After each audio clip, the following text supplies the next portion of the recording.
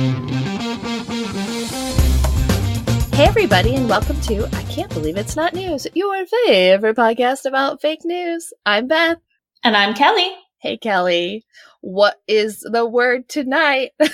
Oh, the word is executive order right now. I always want to say something different between like, hey Kelly, how's it going? Because I say that every single time and it's the same thing every time. And then whenever I try to say something different, it sounds ridiculous.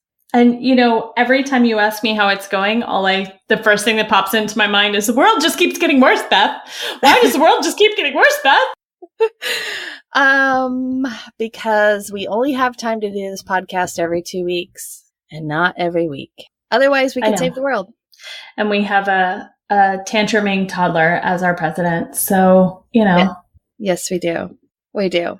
So let's talk about some fake news. Let's get into it.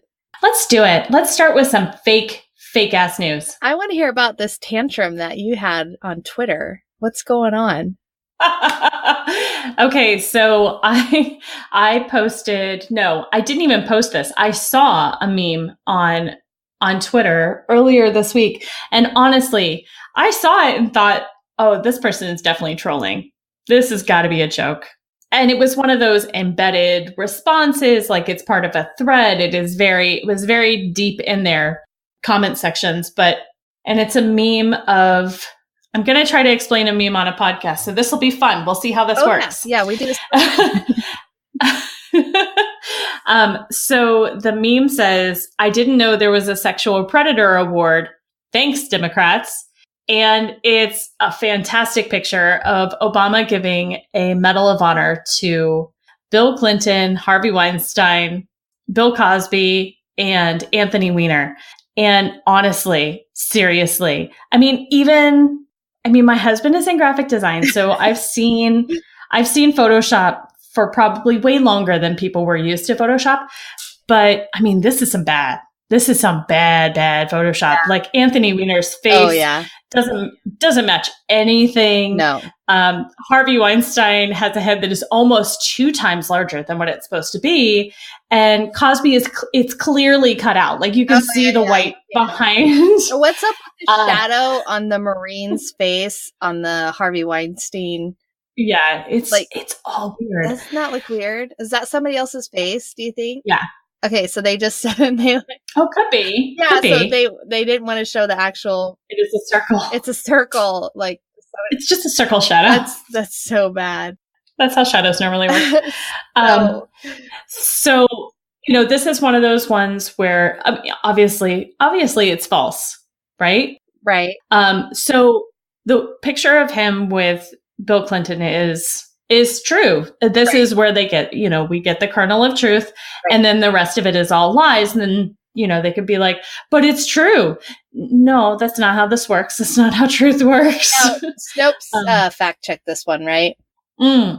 Yes, they did. And, they asked the question, did he give the Freedom Medal to all of these people? So Bill Cosby does have the Medal of Freedom. That was given to him under, I want to say Bill Clinton, maybe? No, George W. Bush. Yeah, George W. Bush. So that could actually be the picture of Cosby getting it.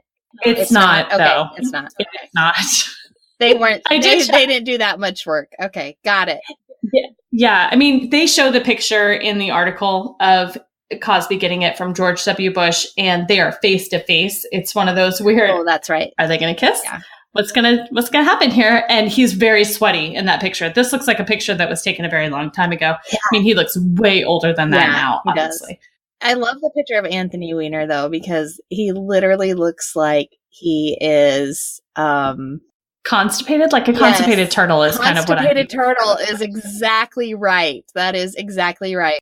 Obama is so happy behind him. Because who was it? Like Tom Hanks or something in the original picture? Maybe. Let's take a look. One of these is definitely Tom Hanks. I know the Bill Cosby one was Bruce Springsteen. Yes, it's Tom Hanks in the Anthony Weiner one. It's Bruce Springsteen in the Bill Cosby one, and it's Joe Biden in the Weinstein one. So, of course, Obama looks so happy. He's giving Tom frickin' Hanks, the Medal of Freedom. Like, come on. Like, who isn't happy around Tom Hanks? He's America's dad. Right. Yeah. Okay, so Aw, Tom Hanks. So you saw this, and what happened? Tell me what happened. So I mean, I saw it and I laughed and I was like, "Aw, that's cute. Is that your first Photoshop attempt?" And the person responded to me within seconds and was like, "It's real." He looked at this picture and said, "It's real." And that's the problem with Twitter. So no, honey, that's the problem with people. Yeah, you're not wrong. Right. So did you have any sage words for him? Were you able to convince him that it was fake? I want to say that I might have just sent him the link to the Snopes article, and I was like, drop classic. Yeah, I think I was like, maybe take a look at the size of Harvey Weinstein's face. It's a little bit off-putting. I mean, it's really weird. So, and then I linked to the Snopes article. But, at this point, the one thing I have learned on Twitter is just don't encourage trolls, because they don't learn. They just burrow deeper underneath the bridge. The one thing I will say, and this is why sometimes it's worthwhile to put in the effort of trying to let somebody know the truth, is that even if you don't convince that person who's responding directly to you, other people will see it, and that are more reasonable, who may have originally been like, oh, is that true? And then they're like, oh, look, this smart person already put in the Snopes link, and she says, oh, yeah, that's true. So there's always, I think, especially on those platforms like Twitter, where, my goodness, you can be interacting with 100,000 people. Somebody's going to appreciate the work that you did. Yeah. So bravo for doing something. And yeah. Yay, Kelly. Good job, Kelly. So Beth, what's your news? What is your favorite fake news story from the past week, 2 weeks? I too saw a flub happening like everywhere, and from a lot of people I know. And this kind of ties back into the last episode that we had about those children that are being detained at the border. Yes. So there's a picture going around of a little boy with a number 47 on his arm and chest. And there's the thought is that now children are being given numbers like Holocaust victims. And that's really scary. And so again, we were seeing some outrage over that, and some people being upset. Deborah Messing, who's very liberal and very active on Twitter, had posted, this little boy had been taken from his parents, has been assigned a number 47 on his chest, his arm, like the Holocaust. And then she linked the Keep the Family Together's Act and talked about the Democrats who haven't signed up for it yet, and that no Republicans have, or at least at the point where she was posting this, and then encourage people to call Congress and, that we can't let history repeat itself. So most of her tweet was true, but the image that is taken shows a boy and a father from Honduras being taken into custody by United States Border Patrol agents near the Mexico border on Tuesday. So you can see on here, Snopes actually kind of zoomed in, and you can see where the shirt, it's actually it looks like an iron-on the shirt, and it says the 47 on it, and it kind of looks like maybe like a sports shirt that almost like maybe from like his parents' company or something had like an event, and they handed out these t-shirts for the participants, because it does look like an iron-on. But it was already on the kid's shirt. It's nothing that Border Patrol gave to him. They pointed out that he had just crossed the border, and, Border Patrol had not given him any clothes or anything like that. So this was on June 12th, 2018, Mission, Texas. And then they were sent to the processing center for possible separation. And I will say that this kid is so cute, and he looks so sad, and I just want to give him a big hug. But the other thing I need to say is stop sharing this picture as if he was being assigned a number and that we're treating them as Holocaust victims, because that part isn't true. And this is definitely a big flub that I'm seeing going on.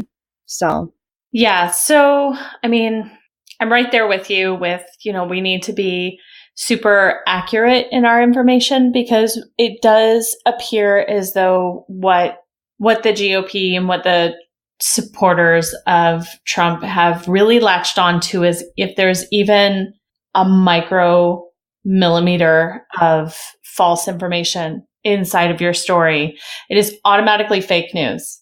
Despite the fact that they, subscribe to Breitbart and watch Fox News, which are notorious for false information and just hateful stuff. I feel like we learn it and it just gets worse. Honestly, at this point, I have family members that are still Trump supporters, and the silence this past couple of weeks is deafening. Everything that they claimed they loved about Trump, I could let a lot of the adult stars, I could let a lot of shit go. But this was the one where I was like, really? You're going to put your multi-level marketing bullshit all over my Facebook, but you're not going to say a goddamn word about these children. I'm going to remember that. Sorry. I'm trying not to talk about that story because we did do a whole podcast on it, and we were definitely upset about it then. And I don't think the upset has really gone away. I think it's just gotten worse. No, this isn't going to be another lighthearted episode of the Beth and Kelly show. Oh, no. Remember we were talking about how maybe I should do a podcast when I'm drinking vodka? Because I'm a heck of a lot funnier when I had a little bit of vodka. Okay, so here's the thing. Fake news is starting to affect people, and it's not just you and me. What they're finding now is that fake news is actually harming children's self-esteem. Yeah. And there's a BBC article called Fake News Harms Children's Self-Esteem and Trust, Says MPs.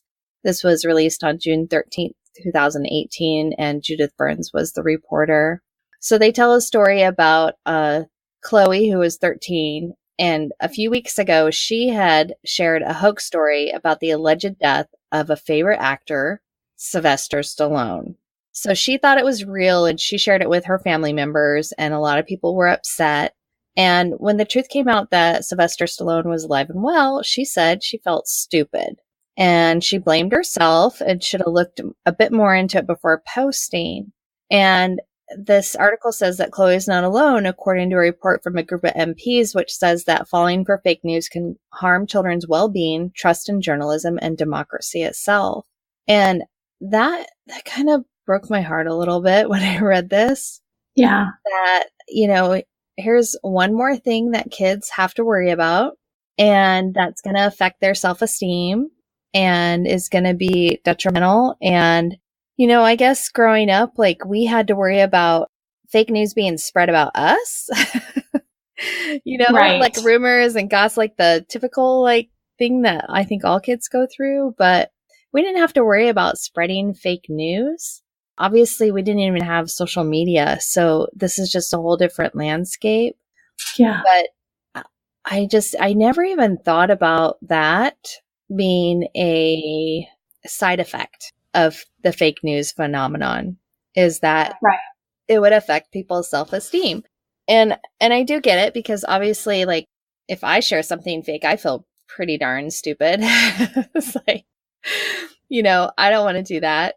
But anyway, there's some other articles and studies about this, and I thought this would be worthwhile to talk about. So, yes, I think that it's really sad that kids, especially teenagers, are having to deal with this, because I'm sure it's not like a teenager is going to let something go. If you're sharing a fake news story, they're going to be like, oh yeah, Sylvester Stallone, are you crying for him today? Right.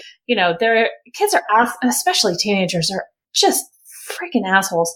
So, the one thing I will say is I'm really impressed at what the UK has done in order to educate their children, to try to include this critical thinking about news and news organizations. So the article that you were talking about talks about the National Literacy Trust and the report that they put out that encourages efforts to boost critical literacy through discussion on stories from multiple sources.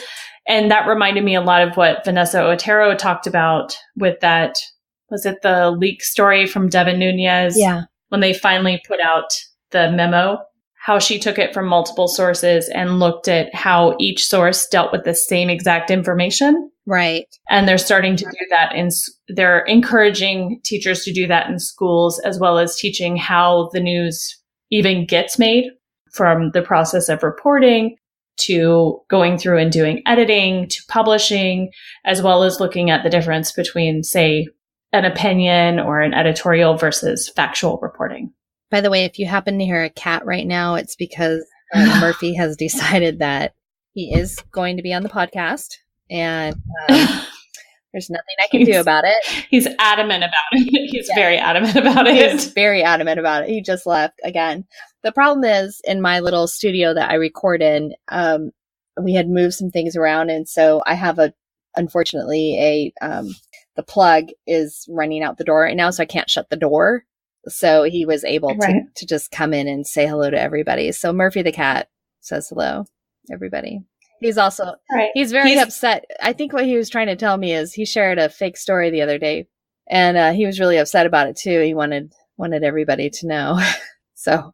I wish he would have shared a little bit more. I actually have and I know this is like a completely random sidebar, but my cat, Lovey, who I've talked about on the podcast before, was missing for like over a month.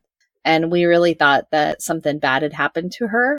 And oh no. I actually got a call from the vet on, what was it, Tuesday, that she had been brought in, and I've come to find out that this woman who lives around the corner from me had been keeping her in a cage for the last month. And, basically this woman believes that all cats should be indoor cats. So even though she found an outdoor cat, she kept it indoors and wouldn't let her out. And I was like, thanks. Oh, my cat was dead. To that lady. And she was like, I'm so surprised that you say that she doesn't like being indoors, because she's been doing fine in the rabbit cage. And I'm like, just say cage. Rabbit cage? What the fuck? I get not letting a cat outside, but in a cage? My house from her house. Like, that's how close my cat has been being held hostage for a month. But I got her back. What? We got her back, and she's super pissed at us. She's just like, fuck you all. I bet. She's like, what did you fucking do to me? You left me with this dumb bitch. Again, trying to explain it to her that it's actually her fault, because she's the one who ran over there and I guess got stuck in the dog kennel or something. So, but I was like, kind of your fault, Lovey. Just FYI. But she came home, and then she got out and was gone for like 24 hours again. And I was like, oh man, like she hates us now or something. But then she came back, and then she got pissed off and left again. So right now she's out wondering. I think she's just pissed because she's been holed up for a month, and she has got to be outside. Otherwise she is a bitch. And we completely misnamed her. Oh, really? But that is my cat sidebar for the moment. I'm glad your cat came back. Thank you. Thank you very much. Okay, let's talk more about kids and fake news. People are let's do it. Oh my God, how many 15 seconds do I have to fast forward before they talk about fake news again? So we were talking about how the UK has implemented some of this stuff in their educational system, or has been encouraged to include some of this in their educational system. And do you remember we talked about how the BBC has just come out with a brand new game to help with this as well? Do you want to talk about that, or do you want me to talk about that? I think you should talk about it, because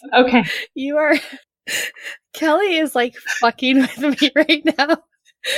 I am. We're having some technical difficulties. This thing is fixing it. We're having technical difficulties, and she's on Messenger with one of those like little things that's like popping up on her head and putting lipstick on her. And so I'm having kind of a hard time like looking at her and talking about fake news. But I think you should take this. It's You fine. look Just so beautiful, you know, by the way. I look fantastic. You look super fantastic. I'm a little jealous. Okay, so the BBC has released a game recently called BBC iReporter that is aimed at young people. So like ages 11 to 18, although I would say that you could probably do it a little bit younger. It depends on, obviously skill level. And what they do is they allow you, it's sort of a first person game that instead of a shooter, you're submerged into the role of being a journalist in BBC's newsroom. Ooh, that sounds fun. Yeah, it sounds like a lot of fun, right? Yeah. So like a choose your own adventure game. So the game is looking at the main questions of which articles should be published, which should be checked, and which should be discarded. And so in the process of that, you're looking at things like sources, different political claims, social media comments, and pictures, and making decisions based on the facts that you have. So it sounds really interesting and right up our alley. Totally. It'd be great if they had a game like that here. Can we play it online? I don't know. I did look for it, but I didn't give it that much time because I was like, well, do I need to play this game right this second, or do I need to get podcasts done? Oh, okay. Yeah, that's true. That's true. All right. But this weekend, Yes. vodka, drinking game, Podcasts. fake news game. There we go. Okay. Yes. Fake news. BBC iReporter. Yeah. Every time I'll put it on the. if you share fake news, you have to drink. Yes. All right. Oh no. Oh geez. Okay, so the article that comes from is called BBC Game Challenges Young People to Spot Fake News, and in the middle of the article, Amol Rajan, who is a BBC media editor, he was previously the editor of the Independent newspaper, gave tips on how he decides whether or not he can trust a news source. So he says, first of all, have they shown a commitment to accuracy over a long period of time? Have they consistently gotten things wrong? And also, which feeds right into that, is do they admit when they get things wrong? Right. Like, do they have an editorial process, and are they real journalists is basically what he's saying. Right. So with this new knowledge that, hey, fake news is starting to affect kids, people are starting to do studies on it. And there's a couple of studies that we found. And one of them is by Common Sense. And they have this really nice infographic that we both found. And it says News in America's Kids, how young people perceive and are impacted by the news. So it does say that kids value the news and that following the news helps them to feel prepared to make a difference in their communities, which is great. Right. But they feel neglected and misrepresented by the news. And they think that the media doesn't show very many people their age, like 74% think that the media should show more people their age rather than grown-ups talking about them, which, okay, I get it, but that might not be realistic, but okay. And then, but 69% think that the news media has no idea about it, the experiences of people their age, which definitely, times have changed for sure, but I kind of also have to take that statistic with, I think all kids think that about every adult, right? Yeah, I mean, I remember thinking news is so boring when I was young. And I remember it wasn't until I moved out on my own and I was in probably my third year of college. Mm-hmm. I had just gotten my AA and started living out on my own and really doing real college work. Right. And that was when I first started watching the news.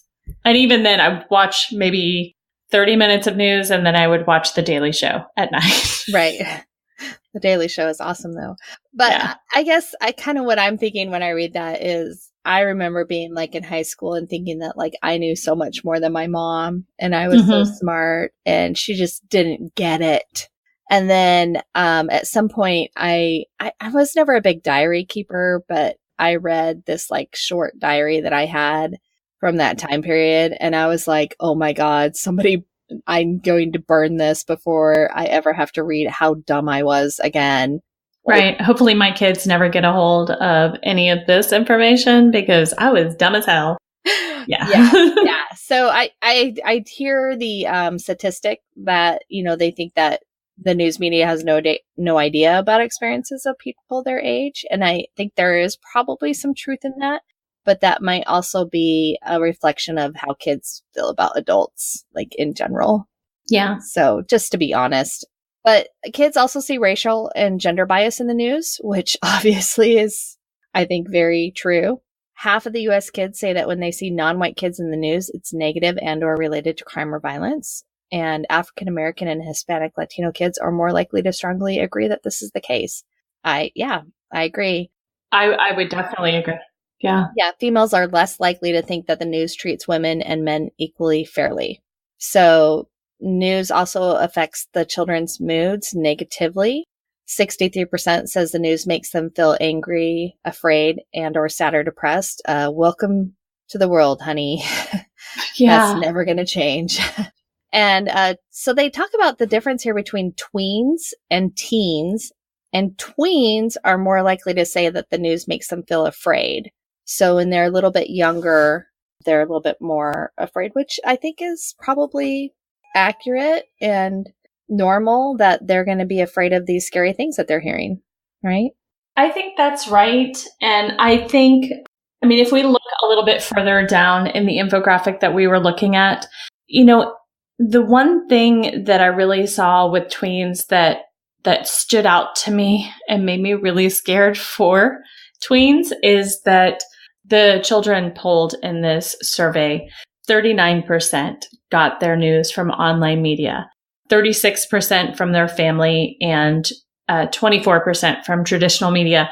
But that 39% of online media for tweens, 41% of that is coming from YouTube. And yeah, YouTube is a scary ass place. And we were talking about this before we started recording tonight, and we both have younger children. And they are YouTube fanatics. Yes, yes. And I mean, all of our kids are.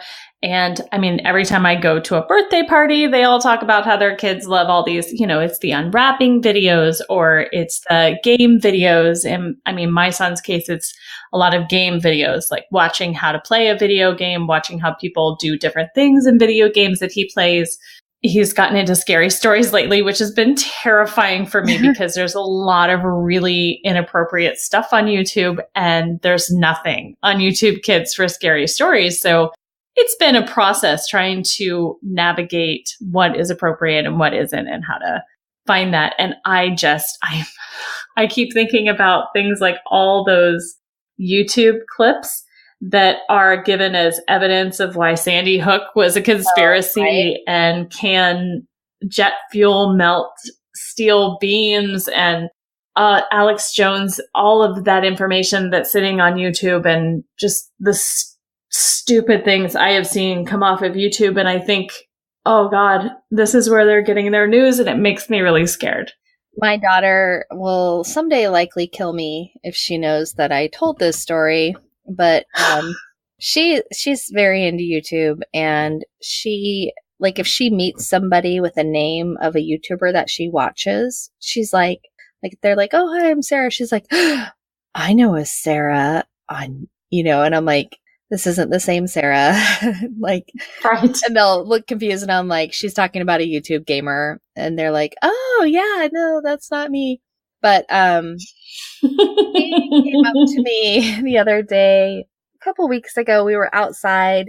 It's a really hot day, and she was drinking some water, and she said, Mom, I'm going to drink a lot of water because I want to be really healthy, because I heard that if a shark is attacking you, it'll let you go if you don't have a lot of fat on you and go to the next person instead. And I was like, and then it was really bad because it was one of those mom moments where you're like, okay, she wants to drink more water. She wants to be healthy for the most ridiculous reason in the world. And I'm also like laughing and trying not to laugh. And she's like, why are you laughing? And I was like, I'm not laughing. I'm not laughing. I have something in my eye. Sad. Yeah, I'm very sad at the idea of a shark attacking you. Like, first of all, like, okay, we do go to the ocean sometimes, but like, you're not going to be swimming in the ocean where a shark's going to attack you. But let's just not even think about the logistical part of that statement. Yeah. Like, it's not true at all. And I'm sure that's something that she heard on YouTube. I mean, Probably. or from a kid at school, but you know, there is, and I can see why tweens are the consumer of YouTube, because it's that age group where they're still watching a lot of those gaming videos and stuff. And I think by the time they get to be teens, you can see it switches over to Facebook is where they get most of their news. And that makes sense, because then they're getting more social and talking with friends and stuff. So, and then that's where the YouTube percentage goes down to 14% is where they're, how much, so it does go down quite a bit when they become teens. But the thing right below this, it says fake news fools kids. And 44% of children feel that they can tell fake news stories from real ones. But 31% of kids who shared a news story online in the last 6 months say they shared a story that they later found out was wrong or inaccurate. So I'm going to say it's probably way higher than that. Yes. Those are just kids who are admitting it. That's sometimes the problem and the flaw with this, because I know for a fact it's probably higher than 31%. Right. If it's teenagers sharing stories, I mean, come on. Yeah. It's not because I'm trying to be disparaging. It takes a lot to have, I feel like it takes some experience to have a lot of critical literacy skills in terms of being able to view what might be real and what might be fake. I felt like that BBC article was maybe a little bit more, I don't know. To me, it was like they did 2,000 students. Yeah. And between, I think it was 8 and 16, and gave them 6 articles, and 2 of them were fake, and only 40 kids got all 6 of them right. Yeah. And that's only 6 articles. And that's in a country where, watching news during the news hour is still pretty prevalent. I mean, even I go back to visit my family in Ireland, and there it's still pretty common for them to sit down and watch the news at 6 o'clock. And they have public radio as well that is fairly common. So listening to radio news or listening to, BBC News, Sky News, those are all pretty prevalent still on the TV. So I find 31% to be maybe a little low. Yeah, I find it to be maybe a little bit of a reporting issue. Yeah, that definitely could be. One of the other things on here, it says that more children trust news from family than any other source. And that can be, oh my gosh, a little scary, because basically, I mean, it's like good and bad. Like, yes, you should trust your parents, but if your parents are misinformed and spouting fake news all the time, like probably half the parents out there are, then they're the most trusted source for those kids. And that's where you see the kids starting to emulate, the parents and spouting fake news and everything like that. When I don't want to be sanctimonious, and I don't want to be like, you have to be a liberal in order to raise your kids right, because that's not true at all. Right. You can definitely raise your kids right as a conservative, but you do need to be a critical thinker. Right. And not be spouting out a bunch of crap that you heard Alex Jones say. That's freaking scary. Yeah, it is really scary, but it's also not new. You know what I mean? Right. That's true. I'm hoping that is actually going further down than it used to be.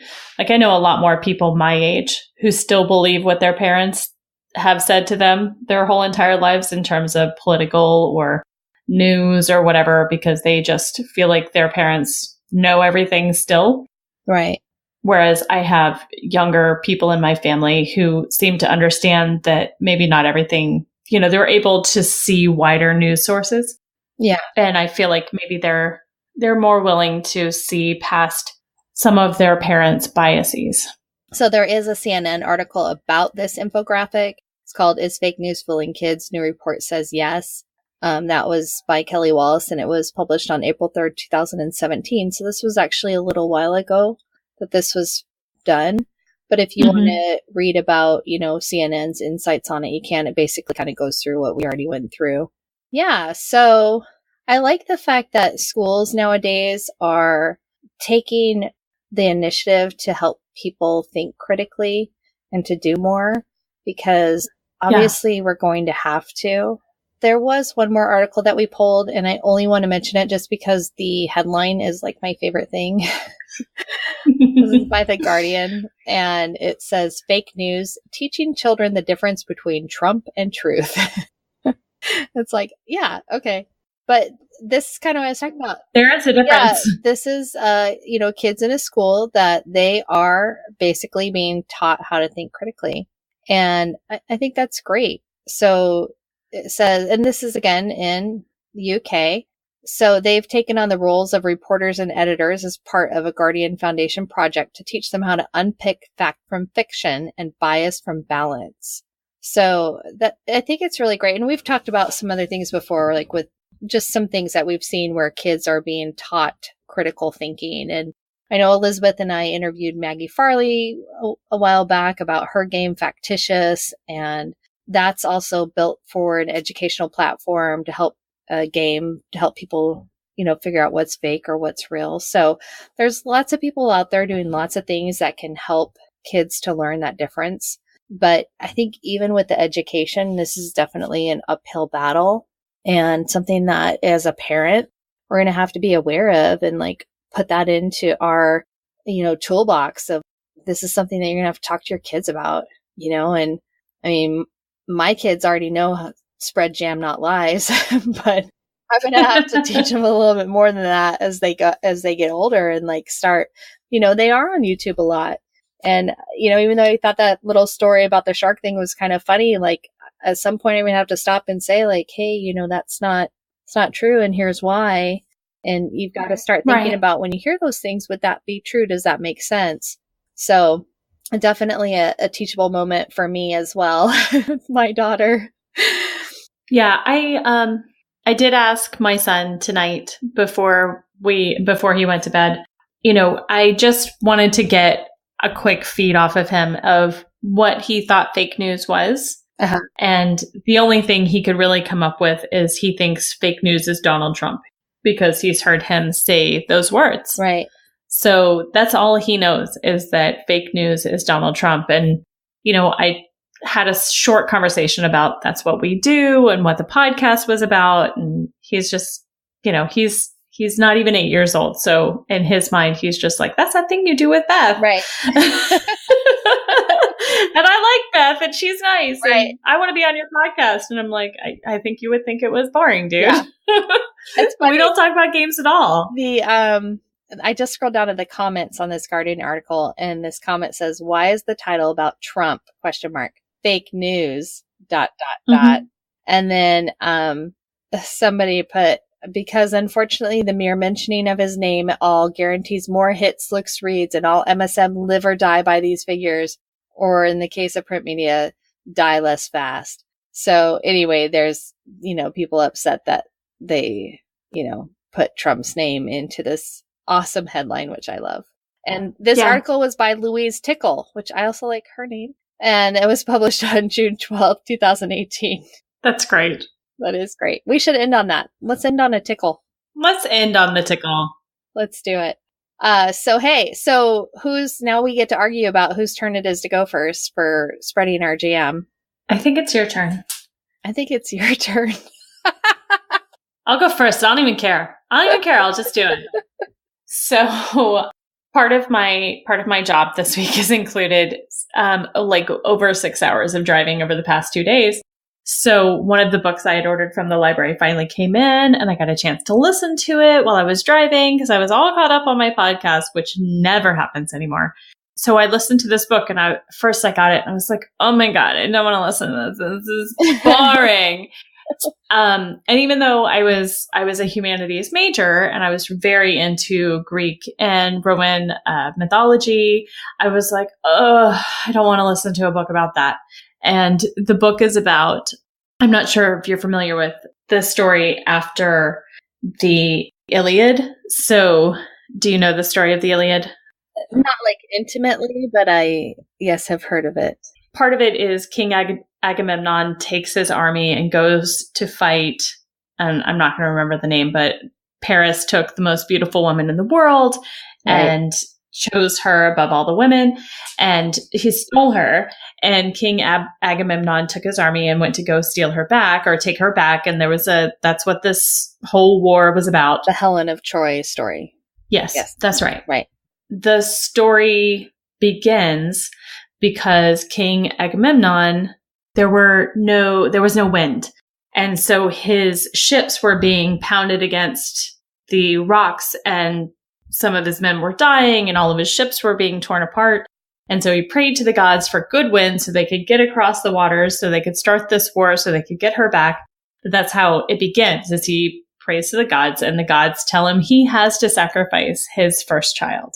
And so he sends off for his daughter and tells her she's going to be married. And his wife brings his daughter. She thinks she's going to be married, and that's how they're going to start this. And it's going to lead to this beautiful victory. And she's so happy. And Clytemnestra is his wife. And she gets there and finds out that he's actually going to fucking sacrifice her daughter. And she's like, oh, fuck no, that's not going to happen. But of course it does. We all know from history that it does happen. So it actually, the book is called House of Names, and it's by Calm to Boyne. There's a lot of accents there. Yeah. Could be. I mean, it is very, Calm is a very Irish name. So yeah. I'm guessing that it's an Irish. There's a lot of fadas. I mean, they love their fadas. My sister-in-law has some fadas in her name. So I want to say it's Toboyne. Okay. Tobin? It could be. I don't know. But either way, the book is called House of Names, and every chapter is a different person. So it's from a different person's point of view. So it's very George R.R. Martin, the way that it's written, but it goes through the story of Clytemnestra, and then it goes through the story of Electra, her daughter, who was left by herself, and it goes through the story of her son, Orestes. But it's very, very, it's very good. It's amazingly written. I was so just really impressed with the beauty of the language of it and how immersive it is. Even though I haven't read those stories in forever. I got much more into Norse mythology, which is why my son is named Odin. So, yeah. It was just a long time ago, but I was impressed with how easy it was to listen to. It was definitely not a Shakespearean type of writing, which was my fear in the very beginning, was it was going to be so like a slog. And I love Shakespeare, but it wasn't what I wanted to listen to right now, because I was like, I need something to take my mind off of all of this bullshit that's going on. Right. And this did a pretty good job. Yes. I mean, it is very mythological in the sense that, there's questioning of the gods and what's going to happen, but it was a lot more accessible for just a person who's never read the Iliad or the Odyssey and doesn't really know a lot about that. Yeah. Oh, nice. Okay. All right. Well, my jam of the week is the new TV show called Dietland, which, have you heard of this? So you told me about Dietland the other night when we were on the phone, but I was very tired. And we were talking about a lot of other things. So it's probably, I've seen the ads. And I want to say I saw the ads when I was watching Killing Eve on BBC America, but I don't know why I would have seen it there. But I've definitely seen the ads for it. So this show it's very complex, and it's funny. It's a little drama. There's some violence in it. There's a mystery going on. And there's also a lot about self-esteem and accepting your body and all this stuff. And basically, so it says, here's the summary. Plum Kettle is a ghostwriter for the editor of one of New York's hottest fashion magazines. Struggling with self-image and fed up with how she's treated by her boss in society, Plum sets out on a wildly complicated road to self-awakening. At the same time, everyone is buzzing over news reports about men accused of sexual abuse and assault, who are disappearing and ultimately meeting violent deaths. So it's just a little bit crazy. There's not enough episodes out right yet for me because I was ready to just binge them all. And then I got through 3 and I was like, what? That's it? That's all I get? Oh, no. Oh, no. What happened here? So I think the 4th one is out now, so I'm going to go watch that. But it is really good. And the only weird part about it is Juliana Margulies, who's from, me growing up, I watched her in ER. She's the editor of that fashion magazine. And in this show, she is so fucking thin that she looks unreal. It looks unreal. And it's kind of funny that what this show is about. And then here she is, this woman who's gotten, who's aged, I mean, how long ago was she on ER? And she looks like she's had just maybe a lot of work done. And I don't know if they are just making her look that way for the show, because she was just on that show Good Wife, which I didn't really watch, but I didn't think from seeing the random things that I saw about that show that she looked this way. So I was really shocked. Like, I almost don't recognize her. Like, she almost looks like the zombie version of herself, which I'm kind of hoping they're just making her look that way for the show. But that was I keep like, every time she's on the screen, I'm like, I don't understand. Like, my brain cannot process. So yeah, I wonder if it's a trick with makeup. I'll have to actually watch it and see. You'll like it. I believe. So anyway, that is my jam of the week is Dietland. I've been binging on it myself and now have to wait for new episodes to come out, which is only a little bit sad. So gives me more time for fake news. Yeah. I will say, I do want to watch it. I'm looking forward to sort of binge watching it. I listened to a podcast this morning with Niecy Nash, who I fucking love her. She's amazing. She's very body positive, and I love that about her. Yeah. But I was listening to her this morning on some podcast, and she was talking about her new show. So I want to binge watch both of them. Nice. Because I was told that it's I'll keep it a secret because it might be my jam of the week next time. But I'm really looking forward to that one. Nice. Well, we here at I Can't Believe It's Not News encourage all women to eat as much jam as you want. Eat all the jam. Eat all the jam. Just don't spread the lies. All right, guys. Well, thanks for listening. You can find us on Twitter and Facebook at Podcast Fake News. If you have anything that you want to tell us, send us an email, podcastfakenews@gmail.com. And be sure to check out our blog that Kelly works so hard on at podcastfakenews.com. And I don't know anything else. Head on over to Patreon. Drop us $1 a month. You know what? I do want to say something. Make sure you're taking care of yourself right now, because this is hard times. And I know sometimes it might feel selfish to walk away from these stories, but remember that you can't pour from an empty cup. Yeah. And sometimes you have to take care of yourself, because this is a lot. Our constant media cycle right now is really, really depressing. And make sure you're taking care of your own mental health, and don't let all of this bullshit, don't let the bastards grind you down, basically. Right. That's right. Go binge watch some Handmaid's Tale. I'm sure at some point she kicks some ass. So, or, play a fake news drinking game, whichever gets you through your day. Listen to something that is really funny. Watch something great like Dietland. Yeah. Listen to a podcast that doesn't make you sad after you listen to ours. Right. Well, that's why we have to remember to throw some jokes in and keep it a little bit light, because we want people to not just be depressed after they listen to us, which is always the goal. Please don't be depressed. Just be informed. Yeah. So, well, hey guys, we'll be back in 2 weeks. And until next time, spread jam. Not lies.